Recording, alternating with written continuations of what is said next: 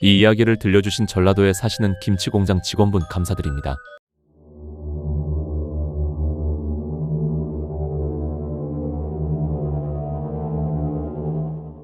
이 이야기는 어느 한 친일파의 후손에 대한 이야기입니다. 먼저 이 직원분은 어렸을 때는 꽤 굉장히 잘 살았습니다. 그런데 어느 순간부터 그분 기억으로는 갑자기 흙수저로 변해 있었다고 합니다. 지금부터 그분 시점으로 들어가겠습니다. 저는 현재 전라도 지역의 김치 공장에서 일을 하고 있는 그냥 평범한 직원입니다. 저는 어렸을 때는 서울에서 나름 이름만 들어도 아는 아파트에서 살고 있었습니다. 그런데 초등학교 졸업할 때쯤 갑자기 이사를 하게 되었고 이곳 전라도까지 내려와서 살게 되었습니다. 저는 고등학생 때 부모님께 물었습니다. 어렸을 때는 우리가 좀 살았던 것 같은데 지금은 왜 이렇게 사냐고. 그러자 부모님이 저에게 증조할아버지 이야기를 해주셨습니다.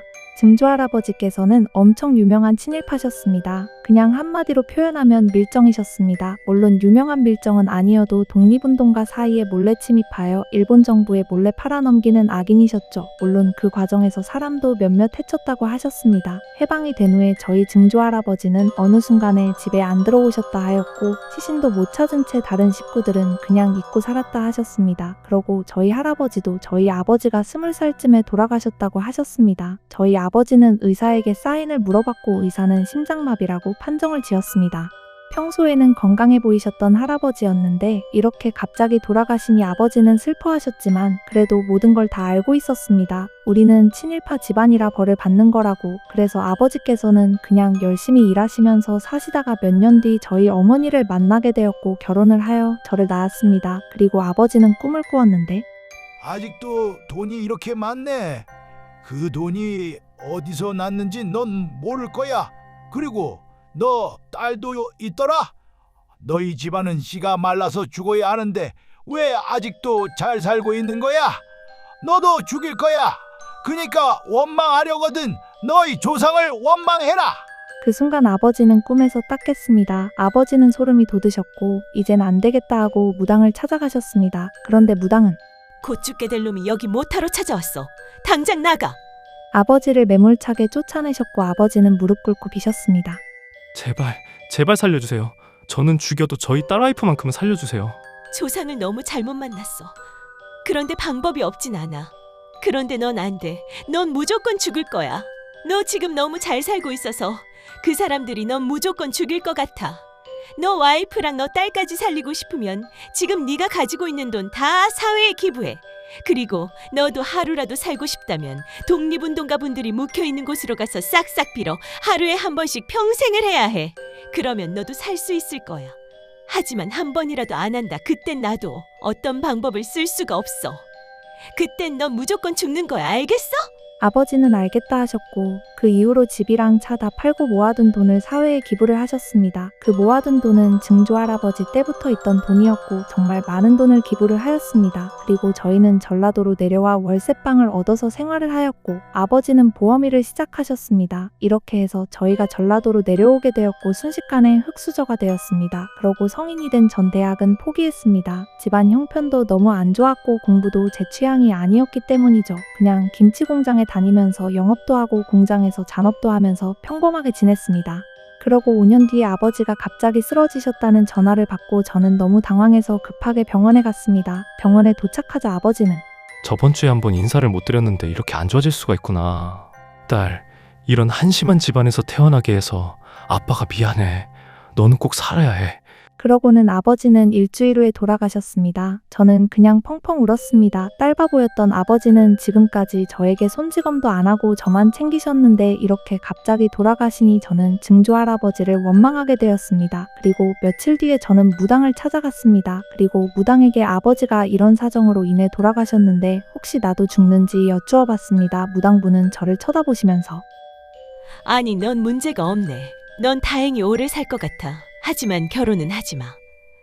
너가 결혼해서 다른 아이가 나오면 그 사람들이 또 찾아올 수도 있어. 왜냐하면 그 사람들의 목적은 이 집안의 씨를 없애버리는 거니까.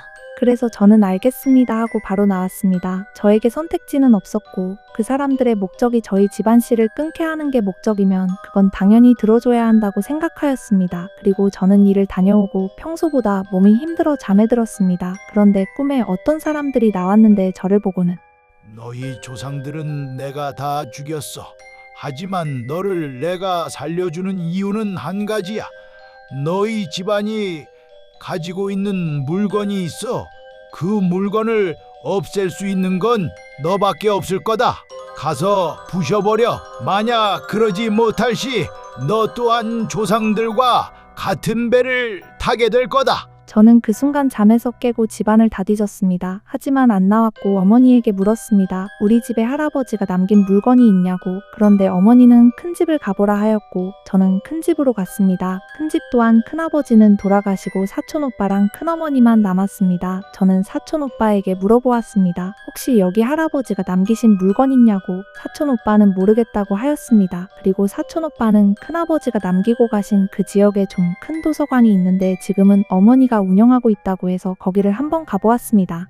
거기 있는 책들을 다 훑어보면서 저는 이거 못 찾겠다 생각이 드는 찰나에 사실 여기 지하실에 예전 책들을 쌓아놓은 게 있어. 하지만 아버지가 여기 다른 사람은 출입금지하라고 해서 안 열어본 지 2년은 된 것 같은데 넌 그래도 가족이고 하니까 내가 들어가게 해줄게. 먼지가 많으니까 마스크 쓰고 들어가자.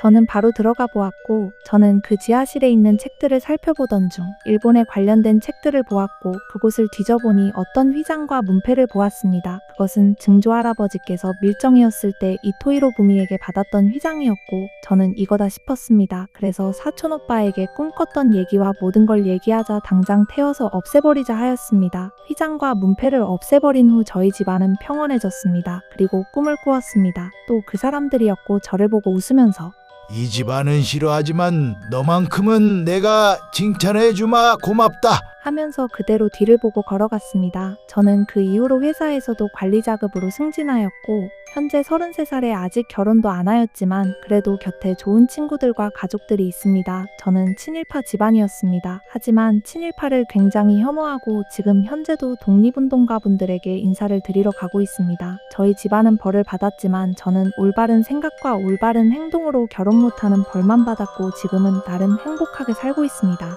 이 이야기를 들려주신 직원분 다시 한번 감사드립니다. 이 이야기를 들었을 때 이거 정말 유튜브에 올려도 되냐고 물었고 그분은 평소에도 자신의 이야기를 말하고 다닌다 그래서 이분의 용기도 대단하다 생각했고 이분이 죄를 지은 것도 아니지만 평생을 결혼을 못한다는 페널티도 정말 안타까운 사연이었습니다. 여러분 재밌게 들으셨다면 구독과 좋아요, 알람 설정까지 부탁드리겠습니다.